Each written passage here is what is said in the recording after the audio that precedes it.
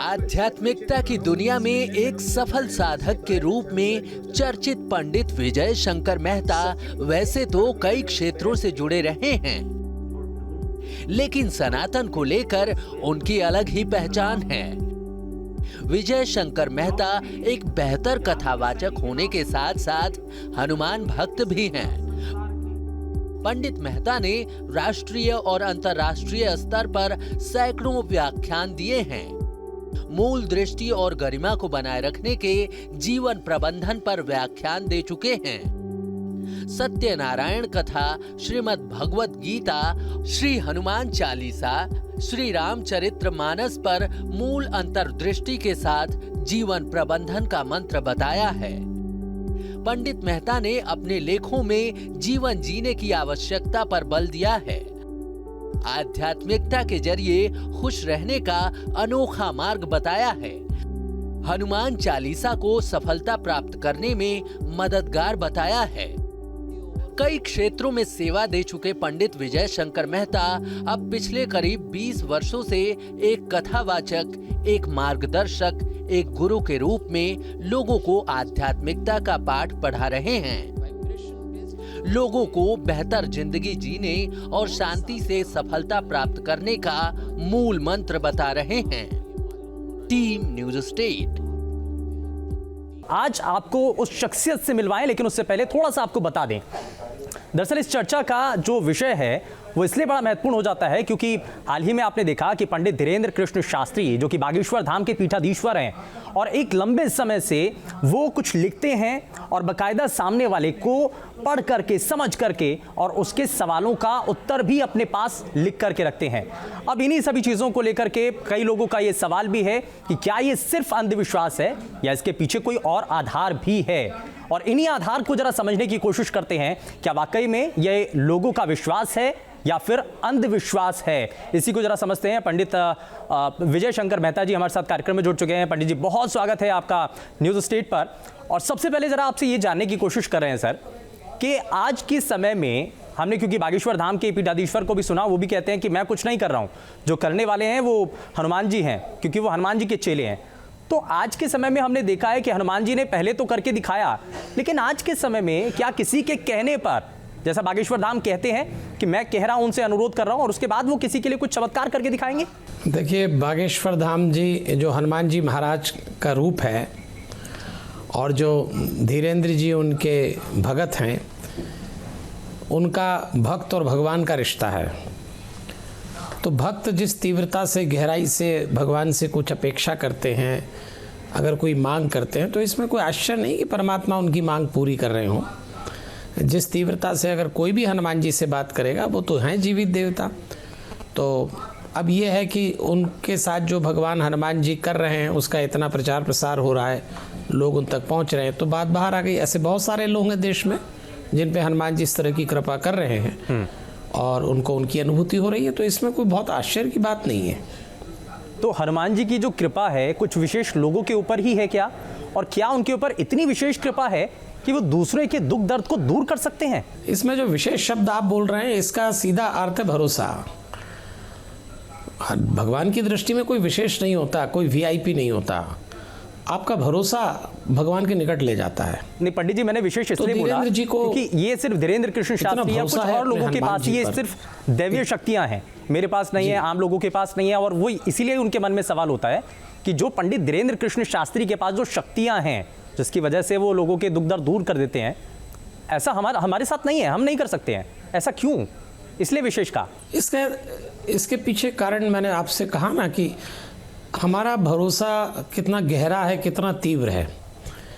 हम लोग कहते जरूर है कि हमको हनुमान जी पे भरोसा, बहुत सारे लोग कहते होंगे, लेकिन उस भरोसे के लिए जप किया होगा, तप किया होगा, उन्होंने कुछ मंत्र सिद्ध भी किए होंगे। तो धीरेन्द्र जी को, पंडित धीरेन्द्र जी को जो भी हनुमान जी की कृपा हुई है, वो इसलिए हुई है कि उन्होंने कुछ ना कुछ जप तप किया होगा। अब वो सिद्धि उन्हें प्राप्त हो गई, फिर उनको लगा कि जो सिद्धि मुझे मिली है हनुमान जी की कृपा से, उससे अगर मैं लोगों का हित कर सकता हूँ, तो वो ऐसा कर रहे हैं। तो इसमें शक जैसी कोई बात नहीं है। इसमें और लोगों को भी जैसी सिद्धि हनुमान जी ने या जैसी कृपा हनुमान जी ने पंडित धीरेन्द्र शास्त्री जी पे की है, ऐसा और भी लोग हो सकते हैं। पर उनको लगा होगा कि हमको हनुमान जी की कृपा हुई, जो भी सिद्धि मिली, उन्होंने उसका सामूहिक सार्वजनिक उपयोग नहीं किया। ये कर रहे हैं, इनकी रुचि है, अच्छा, दूसरों का ऐसा भला हो हो सकता जाए। है। अच्छा, तो मुझे लगता है कि पता नहीं क्यों इतना संदेह का वातावरण है। विजय शंकर मेहता जी, क्या ऐसा हो सकता है कि कोई सामने वाला शख्स है जिसके बारे में हमें इससे पहले तक नहीं पता, लेकिन हम उसके बारे में पूरी डिटेल एक कागज पर लिख करके उतार दें, उसके सवाल से लेकर के उसके जवाब तक, ये संभव होता है क्या? ऐसा होता है साहब, जब आप जादू देखने जाते हो तो जादूगर इससे भी खतरनाक दृश्य आपको दिखा देता है और देख के ताली बजा के आप लौट आते हैं। तो वो क्या है? वो जादू केवल धोखा नहीं, एक सम्मोहन है, एक विधा है जिसका उपयोग जादूगर ने अपने ढंग से किया। नहीं, वो तो मैजिशियन हो गए सर, ये जो तो इनको भी हम मैजिशियन ही कह दें क्या? यदि कोई नहीं, ऐसा तो नहीं कह सकते। मैंने उदाहरण दिया है जादूगर का कि एक विधा उसके पास है। लेकिन ये भी, चलिए आपने बात कही है तो ये भी समझ लें कि दुनिया का सबसे बड़ा जादूगर क्या है। जादू का मतलब, इल्यूजन का मतलब ये होता है जो दिख रहा है वो होता नहीं, जो होता है वो दिखता नहीं है। सबसे बड़ा जादूगर ऊपर जो बैठा है उसको मायापति कहते हैं। तो भगवान अपनी शक्ति, यदि कोई भक्त उसको प्राप्त करना चाहे तो भगवान वो कृपा, वो शक्ति दे देता है। अब उस भक्त को जो मिला है उसका वो क्या उपयोग करता है, ये उनकी निजी रुचि है। तो इसमें कोई बहुत संदेह जैसी स्थिति नहीं है। अब मैं एक और बड़ा सवाल आपसे पूछने जा रहा हूँ। हो जाती है कि दूसरों का मन पढ़ लेते हैं। ठीक है, जो लोग लगातार अपनी आत्मा पे काम करेंगे। हाँ जी, विजय शंकर मिश्रा जी, मेहता जी, मैं आपसे ये जानना चाह रहा हूँ कि क्या हनुमान जी की जो अपार शक्तियां हैं, असीमित शक्तियां हैं, क्या उसको कोई वश में कर सकता है? जैसा पंडित धीरेन्द्र कृष्ण शास्त्री करके दिखाते हैं, बताते हैं कि देखिए साहब, हनुमान जी से मेरा कनेक्शन है और मैं उनके कहने पर या उनकी शक्तियों के आधार पर लोगों को ठीक कर देता हूँ। ऐसा कोई कर सकता है क्या? मैं फिर वापस यहीं पर आ रहा हूँ। इसमें हनुमान जी को वश करने का जो ढंग है, भगवान भक्त के वश में है, ऐसा तो भगवान ने कई प्रसंगों में शास्त्रों में कहा है। लेकिन भगवान अपने भक्त के वश में, या भक्त भगवान को वश में कैसे करता है? जैसे एक छोटा बच्चा अपने पिता को, अपनी माँ को अपने वश में कर लेता है, तो माँ बच्चे को देख के माता पिता उसके वश में हो जाते हैं। अब इसमें कोई बच्चे की बड़ी महानता नहीं कि उसने माता पिता को वश में कर लिया। वो दो तरफा प्रेम है और प्रेम जागा है, तो ऐसा हो सकता है। उसमें भगवान को उन्होंने वश में कर लिया, ऐसा नहीं कहिए। ऐसा है कि बच्चे ने माता पिता को वश में कर रखा है। ऐसे ही प्रेम के वश में हनुमान जी अपने भक्त के वश में। तो वो कोई आदेश नहीं दे रहे हैं, वश में है, अपने भक्त का आनंद ले रहे हैं हनुमान जी महाराज। अच्छा, आपने हनुमान जी की लीलाओं के बारे में बड़ा और जीवंत रूप में अपने जीवन के अंदर कैसे हम परेशानियों से उबर सकते हैं उन्हीं लीलाओं के ज़रिए, ये आपने बताने की कई बार कोशिश की है और बाकायदा इसके लिए आपने कुछ ऐसे उल्लेख भी किए गए हैं आपके द्वारा। तो क्या आपको लगता है कि हनुमान जी संकट मोचन के तौर पर आज भी विद्यमान हैं? देखिए, मैं तो निजी रूप से मानता हूँ कि हनुमान जी हैं और अपनी उपस्थिति, अपनी अनुभूति कराते हैं। लोक देवता हैं। अब इसकी दो दृष्टि है। धार्मिक दृष्टि यह है कि हनुमान जी जीवित देवता हैं। आध्यात्मिक दृष्टि यह है कि जब आप मेडिटेशन करते हैं तो वो सारा प्राण वायु का प्रयोग होता है, ध्यान, और हनुमान जी वायु के देवता हैं। इसलिए हनुमान जी के साथ जब कोई योग करते हैं, मेडिटेशन करते हैं, तो उसका लाभ अधिक और जल्दी मिल जाता है। तो हनुमान जी की अनुभूति तो बहुत सारे लोगों को हो जाती, बड़ी आसानी से हो जाती है। तो अब इसके ऊपर है कि अनुभूति होने के बाद आप उसका क्या उपयोग करते हैं, ये आप स्वतंत्र हैं इसके लिए। लेकिन है, हमने तो हनुमान जी की दया हमारे ऊपर देखी है। तो हमको जब कोई पूछता है तो हम तो कहते हैं बिल्कुल है। हम जैसे व्यक्ति आज हनुमान जी के कारण ही, हम तो हनुमान जी हमारी सांस। अच्छा, जो दैवीय शक्तियां जिनका आप जिक्र कर रहे हैं, ये महसूस करने वाली चीजें हैं क्या? ये दिखाई देती हैं क्या कभी? आप कह रहे हैं कि आप खुद मानते हैं, निजी तौर पर आप स्वीकार करते हैं, तो आपने क्या कभी देखा है या कभी ऐसा हुआ? क्योंकि जैसा बागेश्वर धाम में कहते हैं धीरेन्द्र शास्त्री कि वो जो है वो संपर्क में रहते हैं, वो कहते हैं वाईफाई से कनेक्ट हो चुके हैं, उनसे आदेश मिल रहा है। तो ऐसा कोई आदेश मिलता है क्या? मैंने आपसे कहा ना, जब शब्द अनुभूति आया तो कभी कभी ऐसा होता है कि अगर आप किसी देवता की तपस्या, उपासना कर रहे हैं और आंख बंद करके आप अपनी आत्मा पे साधन के द्वारा जुड़ जाएं, तो कुछ ऐसे संकेत मिलते हैं कि वो उस कॉस्मिक पावर नहीं दिए हैं जिनका इस समय हनुमान जी नाम ले रहे हैं हम। तो मैंने आपसे कहा ना कि ऐसा हो सकता है, कोई बड़ी बात नहीं है ऐसा ना हो। लेकिन इसमें अक्सर कई बार ये भी कहा जाता है पंडित जी कि जितनी शक्तियाँ होती हैं, खास करके दैवीय शक्तियाँ जो होती हैं ना, उनका कभी प्रदर्शन नहीं करना चाहिए। और अगर प्रदर्शन करते हैं तो ये मान लिया जाता है कि आप उनका गलत इस्तेमाल कर रहे हैं।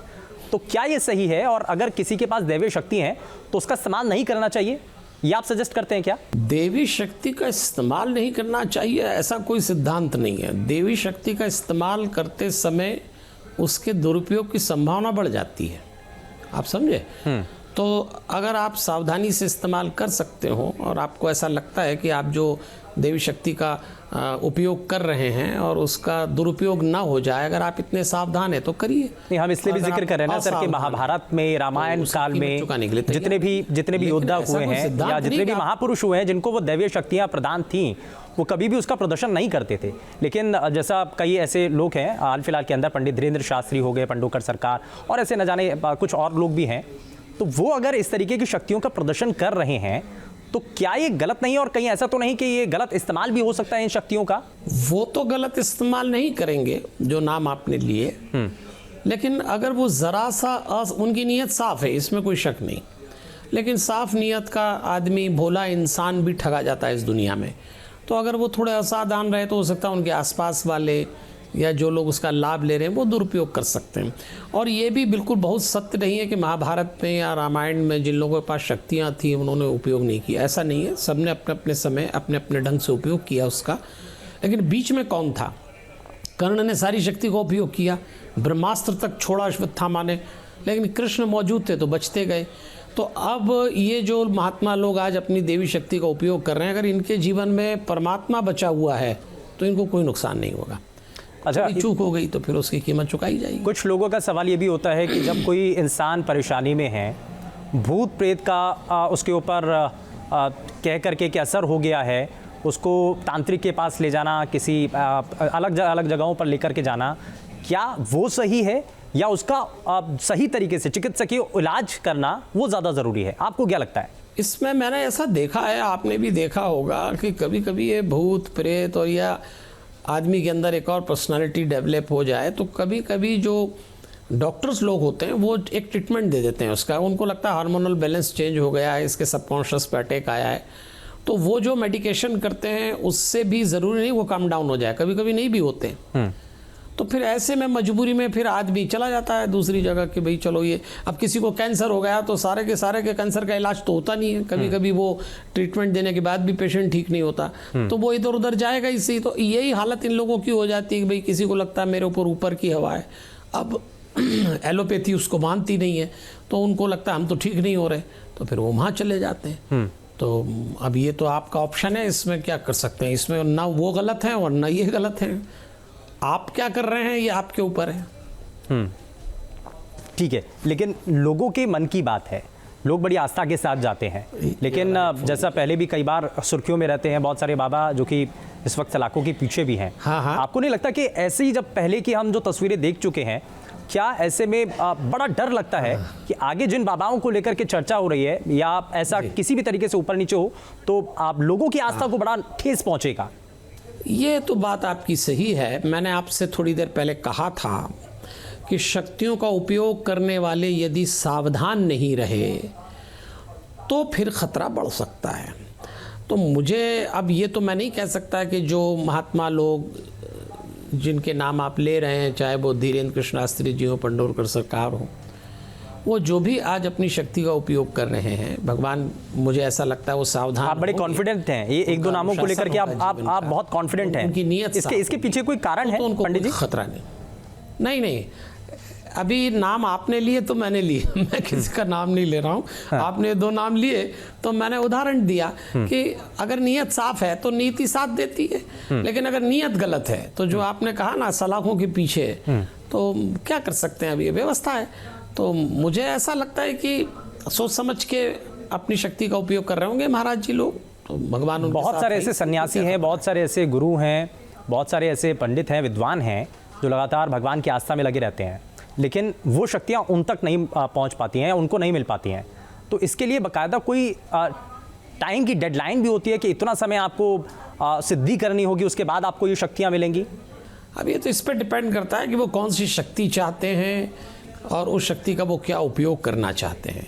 और बहुत सारे लोग ऐसे हैं जिनको शक्ति प्राप्त हो भी गई पर उनका निजी रुचि रहती है कि मुझे इसका कोई प्रदर्शन नहीं करना। स्वामी रामकृष्ण परमहंस के पास वो सारी शक्तियाँ थीं जो हिमालय में कोई साधु महात्माओं के पास रहती होगी, पर उन्होंने कभी उपयोग नहीं किया। तो ऐसे बहुत सारे लोग होंगे जिनके पास ये सब होगा, पर ठीक है, रुचि का विषय मैंने आपसे कहा ना कि उनको आत्म संतोष इसमें है कि भाई हम तो अपना स्वांत सुखाए रहें।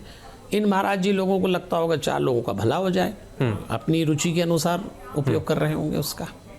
अच्छा, ये हनुमान जी की जो जितनी भी लीलाएं रही हैं, आम जिंदगी के अंदर कैसे हम अपनी परेशानियों को दूर कर सकते हैं, इसको लेकर के आपने कई शोध किए हैं, आपने बहुत सारे लंबे समय तक आपने इस पर मंथन भी किया है।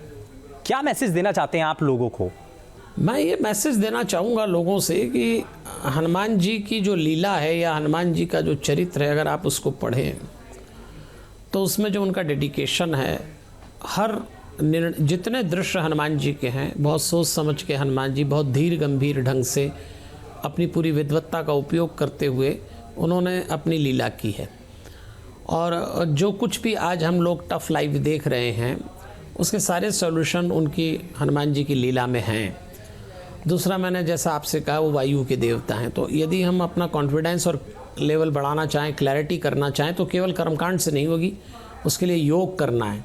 तो हनुमान जी योगी हैं, तो उनसे कनेक्ट होने पे सबसे बड़ा काम जो मैं देखता हूँ कि कॉन्फिडेंस और क्लैरिटी आ जाती है आपके, तो आपका सॉल्यूशन आपको ही मिलने लगता है, फिर आप इधर उधर नहीं भटकेंगे। ऐसा समाधान बताइए ना, जिससे ऐसे किसी बाबा के पास चाहिए, किसी भी बाबा के पास जाने की कोई नौबत ना आए। लोग जो है अपने घरों में रह करके ही, जो आप बता रहे हैं कि हनुमान जी की जो लीलाएं हैं आम लोगों को बड़ा फायदा पहुंचा सकती हैं, आम जनजीवन पर या लोगों की जो दिनचर्या है उस पर बड़ा असर डालती हैं, तो कुछ ऐसा एक सार बता दीजिए ना, छोटा सा। बड़ा आसान सा उपाय है। हमारे गोस्वामी तुलसीदास जी ने हनुमान चालीसा लिखी, तो 43 कपलेट्स हैं हनुमान चालीसा में, 43 पद हैं, 2 है आरंभ में, 40 चौपाई मध्य में, 1 अंत में। ठीक है, आप अगर हनुमान चालीसा पढ़ें तो आप देखिएगा कि 3.5 मिनट से 5 मिनट में पूरी हो जाती है। तो कितना कम समय लगा।